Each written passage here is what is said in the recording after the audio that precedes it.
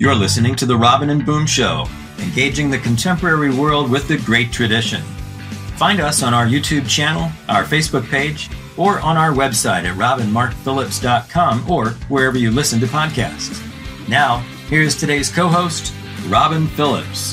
Hello, everyone, and welcome to another edition of The Robin and Boom Show. Hello, Jason. Hey, Robin. So in the very first show we did earlier this year, which you can all access in the archives, Jason and I looked at a recent study on the effects of screen time on teenagers' well-being. And the researchers, you may remember, they concluded that there was no statistical correlation between a child's use of technology and his or her well-being. And in our critique of this study, Jason and I pointed out that the researchers employed a very narrow criteria of well-being that failed to include certain aspects that ought to actually be central to the discussion of what flourishing looks like. And the whole question of what constitutes well-being, or if you will, the flourishing of the soul, that's a question that we would contend cannot be adequately addressed without reference to the great tradition. And by the great tradition, we mean the wisdom that has been handed down by the philosophers, by the poets, prophets, and wise men of our cultural past, people like Jesus, Aristotle, Plato, the saints, and so forth. Within this cultural tradition, there is a very rich vocabulary for dealing with issues of the modern world, including psychology and technology. Now, one aspect of psychological well-being that features again and again in the great tradition is attentiveness. A flourishing human being is a person who is able to regulate his or her attention and to use attentiveness both for greater self-awareness and greater awareness of others. Now, what's really interesting about attentiveness is that modern cognitive psychology and neuroscience have discovered that the executive control that we have over our attention is directly related to social virtues like empathy and emotional intelligence. And conversely, when our attention is impoverished, for example, through technologies that rewire our brains to be constantly distracted, the parts of our brain needed for empathy and emotional intelligence, they actually shrink. And this has been proven scientifically. So attentiveness is very important for these social virtues. Now, that's what we want to talk about today, about the role that technology is playing in diminishing our ability to exercise empathy and emotional intelligence, or what's called EQ. And also we want to talk about why these virtues are part of what a flourishing life looks like. And we will define our terms for you as the discussion goes along. Some of you may not be familiar with what we mean by things like emotional intelligence or the various parts of empathy. So there's a lot to talk about today. And to help us unpack these questions, we're joined by Mark Weisman. Mark Weisman lives in Coeur d'Alene, Idaho, and he is part of the Orthodox parish that I attend at St. John the Baptist Orthodox Church in Post Falls, Idaho. Now, there's a lot I could say about Mark, but it should suffice to mention that his claim to fame is being the voice that you hear at the beginning of each episode of the Robin and Boom Show. Say hello to our listeners, Mark, so I'm sure they'll all recognize your voice. Good morning, everyone, and good morning, Robin and Jason. I half expected to hear music playing when you spoke there. I'd like to think that music emanates when I speak, but that's not the case. Well, we can certainly imagine that's the case in possible worlds. But there's a lot to talk about today. Is there a relationship between attention and empathy? And if there is, should we be concerned for the way technology is eroding our attentiveness skills? I think certainly technology, well, especially digital technology, is eroding attention. About technology, it just means the methods, the skills, the logos, the reason of doing things. So, technology is a very broad level, but we use technology to referring specifically to things with screens and electronics. I think what's happening here, the reason why digital technology really affects attention versus, say, automotive technology or kitchen technology when you use your kitchen appliances or a tractor, is that with electronics, digital screens, computers, we are dealing with simulations of the mind, or even simulations of imagination and memory. Like people talk about artificial intelligence. Well, what that actually are simulations of certain cognitive processes, especially imagination and memory. And to keep people engaged for commercial reasons, to keep people paying attention to the same site or app or company or show, there's just a constant stream of changing pleasurable images, creating some kind of, you know this better, some kind of pleasure cycle. But the whole process of that is we are getting our brains sucked into these simulated minds on these little screens, and their job is precisely to keep us distracted and to have a discoherent personality. That's their job. So I actually don't know how that relates to empathy. You've brought this up for the first time. I had not thought about the connection between attentiveness and empathy before. I have thought a lot about how digital technology affects attentiveness. And, just for the record, this is something I struggle with, as I'm sure many of our listeners also do. It's a continual thing. And this is the big paradox of contemporary life. We need these little monsters, the phones and computers, just to do our work, in many cases be connected socially. And yet, how do we maintain our attentiveness and these other related skills that you're bringing up, such as empathy, such as emotional intelligence? I don't know. Yeah. Well, the whole issue of rewiring our brains for distractedness, a state of perpetual distraction. I agree completely because the firms that are behind these digital technologies have an economic incentive to keep us perpetually distracted. Let's just go around the block with that a bit before we get into some of these emotional questions, because I know Mark has worked with technology for most of his career.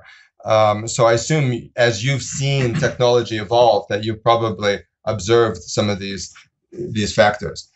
Well, there's in a couple of different ways. There's in the corporate setting, in the work setting, and then there's the experience I have in my own life. So in one sense, I can think back to the last 8 years I spent in a technology company.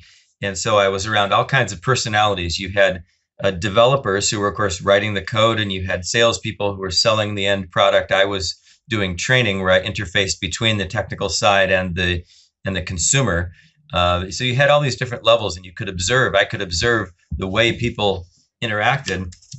And in truth, some of it is the innate personality somebody brings to the technology, but I observed in myself that I could spend a whole day at work on a screen, and one would think that at the end of that day, you'd want to shut it off and be oh so happy to be done with it.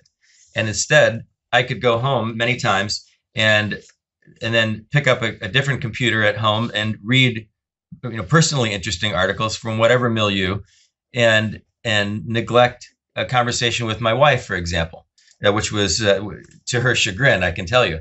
So there's the personal aspect of it, where one wonders, with this attention magnet, this pull on your attention, is there any end to it? And of course, the brain is getting rewired, and you seem to go deeper and deeper down the technological rabbit hole. I did notice in the workplace another interesting phenomenon, which was just a couple of brief observations.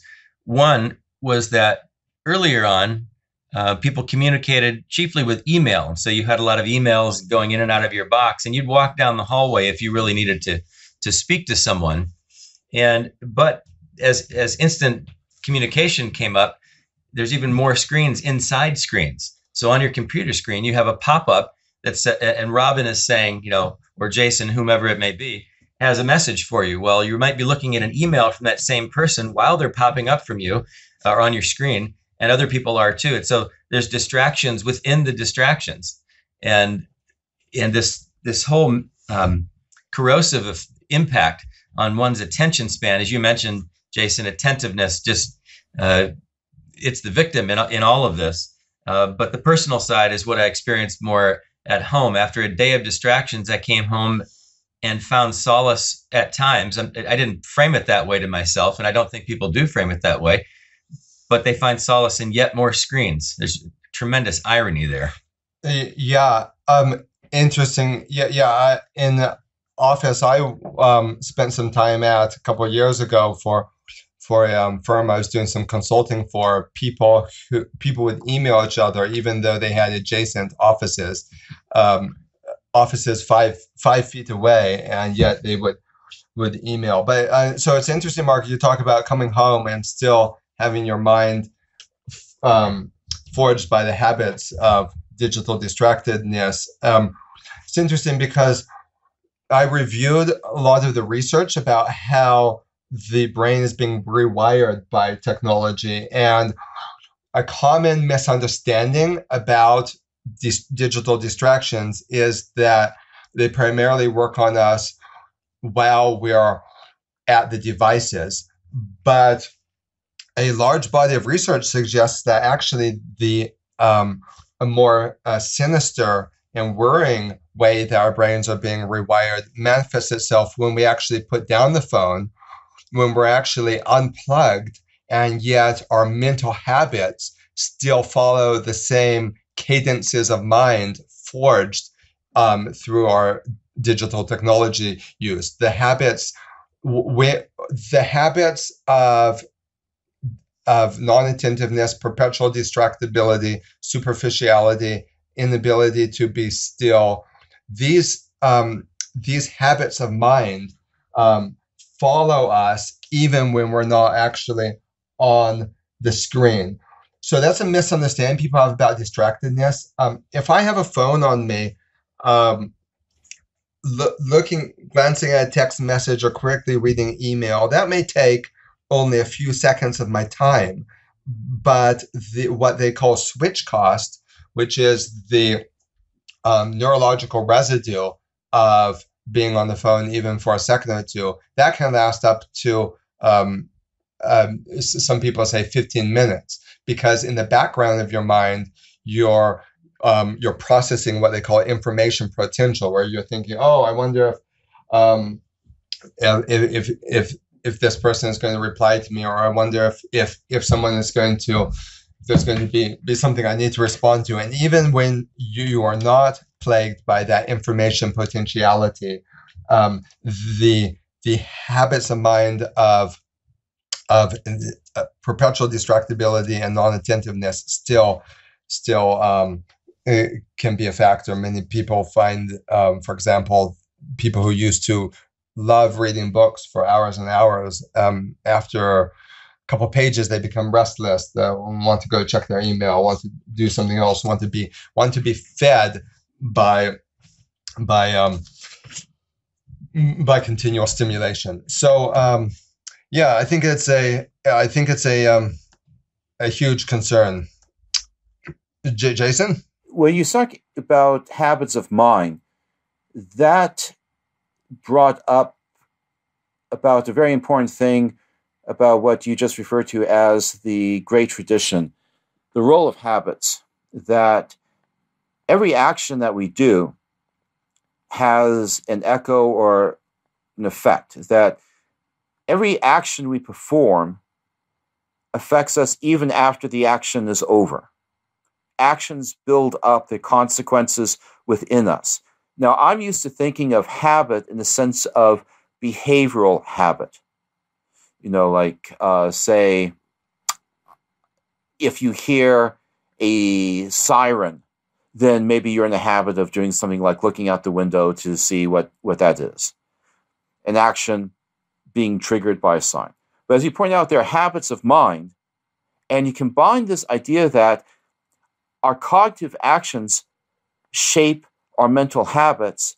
You combine that with the neurological finding that our brains are malleable, neuroplasticity, that we can actually structure or reshape how our brains are wired. That's a pretty big impact.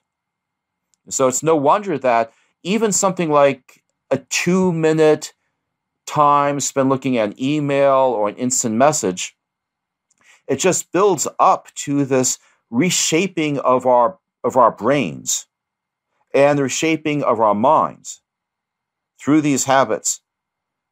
And what you say is true. I used to be able to read books for a much longer time, and these habits of mine of just constant visual, digital stimulations, it makes reading an actual book harder.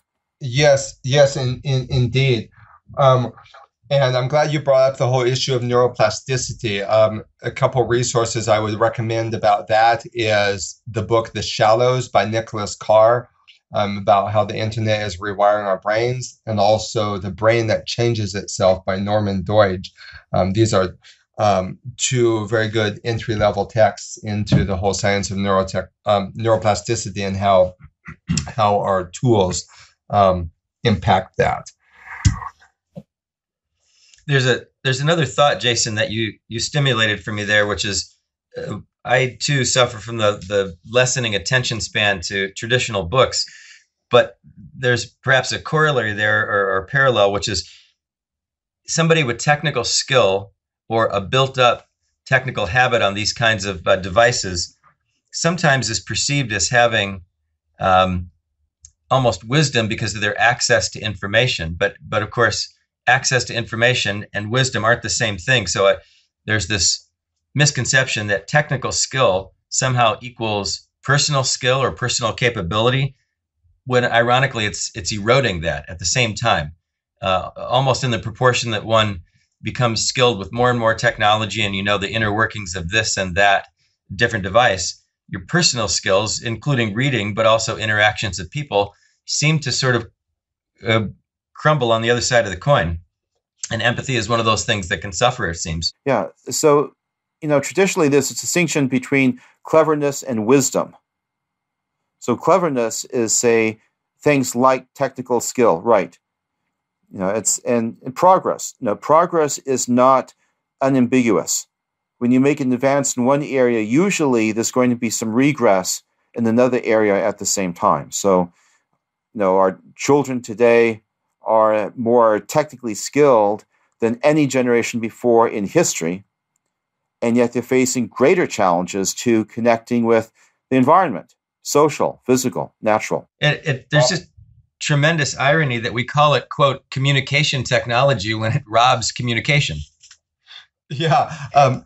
And this was impressed upon me when I was talking to a police detective a couple of years ago who works at the academy to train new officers. And despite all the training they put the students through, he said that one of the hardest things for them is the day when they take them to the Spokane Mall with the assignment of having to initiate conversation with strangers. And that is the most terrifying thing for them because they just don't know how to talk to people.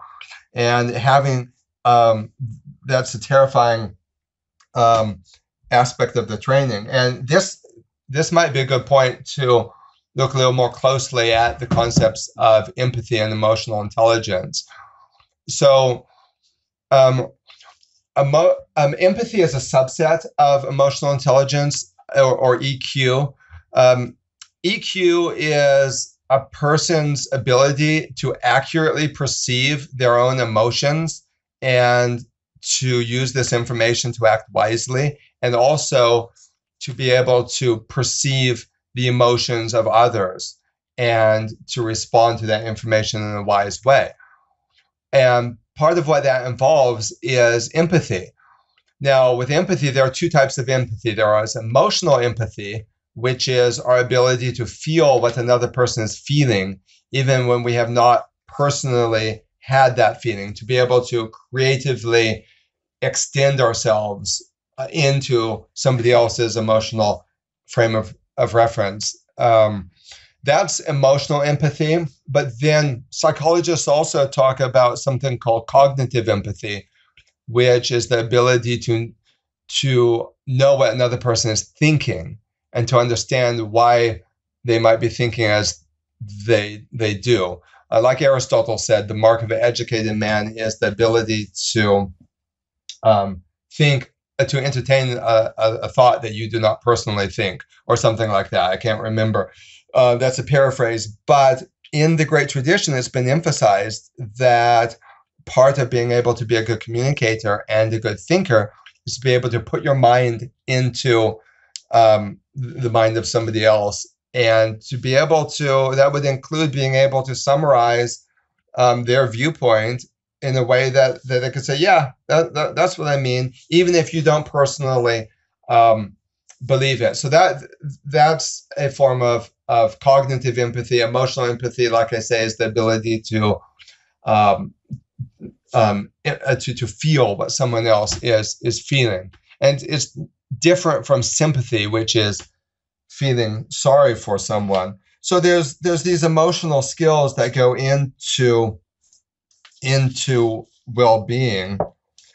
And I want to just read a quote from a scientist who's done some work on how the parts of the brain needed for these emotional skills are shrinking, particularly with teenagers who spend a lot of time with digital technology. This is from Gary Small and Gigi Vorgan in their book, iBrain. They write, besides influencing, and these are conclusions that they share based on peer-reviewed research and different studies that have been undertaken. Besides influencing how we think, digital technology is altering how we feel, how we behave, and the way in which our brains function.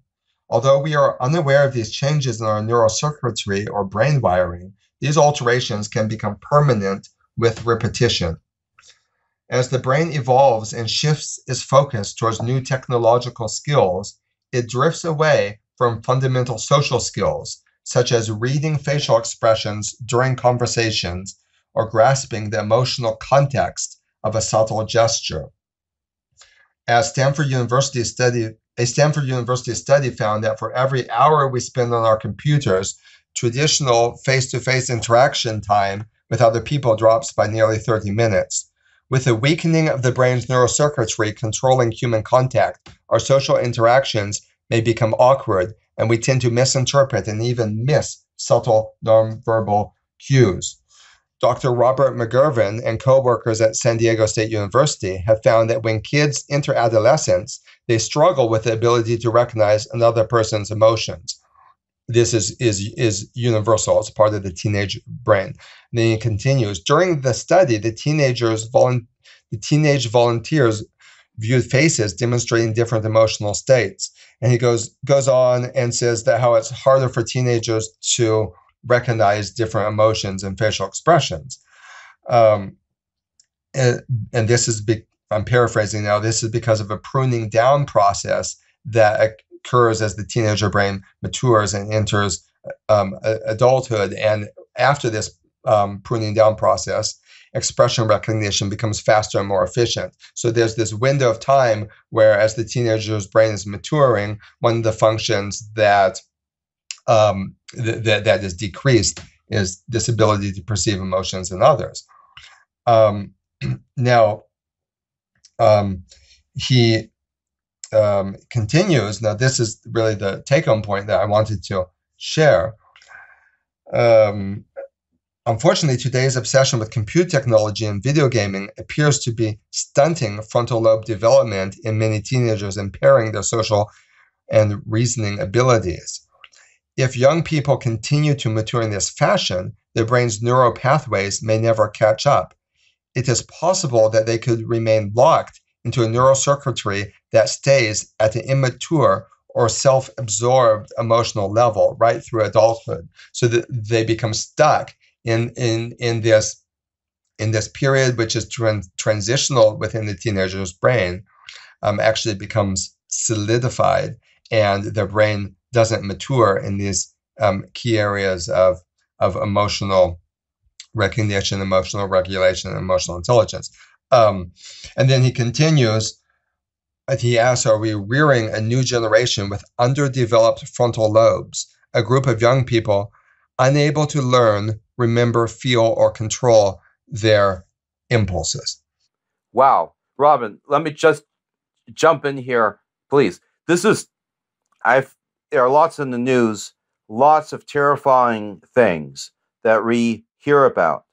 Everything from radical terrorism, disasters, possible threats to the economy. What you've just said is maybe the most terrifying thing I've heard. The idea that these habits of brain and mind that we're forming are permanent, that we'll never lose them, and especially that these are developing in a permanent way in children, in teenagers, for the rest of their lives, being locked into a kind of cognitive prison. That is a really horrifying thing. I wish we could go on more with that, but we're pretty much at the end of our time here. Mark, any final comments you'd like to make? Well, I think as I look at kids, and I agree with you that it is terrifying, the idea that frontal lobe development is permanently stunted. That is terrifying. And even in those of us who are well past our teenage experience, it seems like there's a lot of inwardness, but it's not introspective. There's cultural themes around this. You go to a coffee shop and two people are sitting across from each other, perhaps texting each other from a distance of 3 feet, and which is sort of funny, but it's not when you take into consideration what Robin just said, and about the training of the Spokane police and no doubt other places where social skills have eroded. So there's all this inwardness, thinking one's own thoughts, reflecting on one's own screens, but it's anything but introspective. That's a really good distinction between inwardness and introspection. That, I guess, what you mean by that, Mark, that someone can be withdrawn, but not picking up, not getting self-knowledge, not really understanding their own thoughts and feelings, but still within themselves, not connected with things. Right. It's almost parallel with technical skill does not equal personal or social skill. And that inwardness, it's not cultivating wisdom or introspection, though it kind of looks like it from the outside. Gee, that person is contemplating, you would think, what they're looking at on their screen, but at the level that they're doing it, it's actually eroding the very faculty they need to glean wisdom out of whatever it is they're taking in through that screen. Yes. Just like being emotional doesn't mean that you have emotional intelligence. Similarly, being inward doesn't equate. Being inward and self-absorbed doesn't equate to healthy introspection.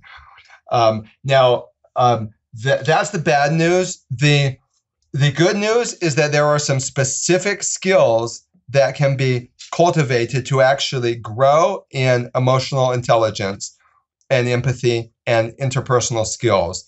And we're going to have to postpone that discussion for another week, but we will be sharing with you some specific steps that you can take, that your teenagers can take to rewire the brain in healthier ways, because neuroplasticity is a very positive phenomenon that can be leveraged for good, just like it can be leveraged for bad. But that will be the topic of another edition of the Robin and Boom Show.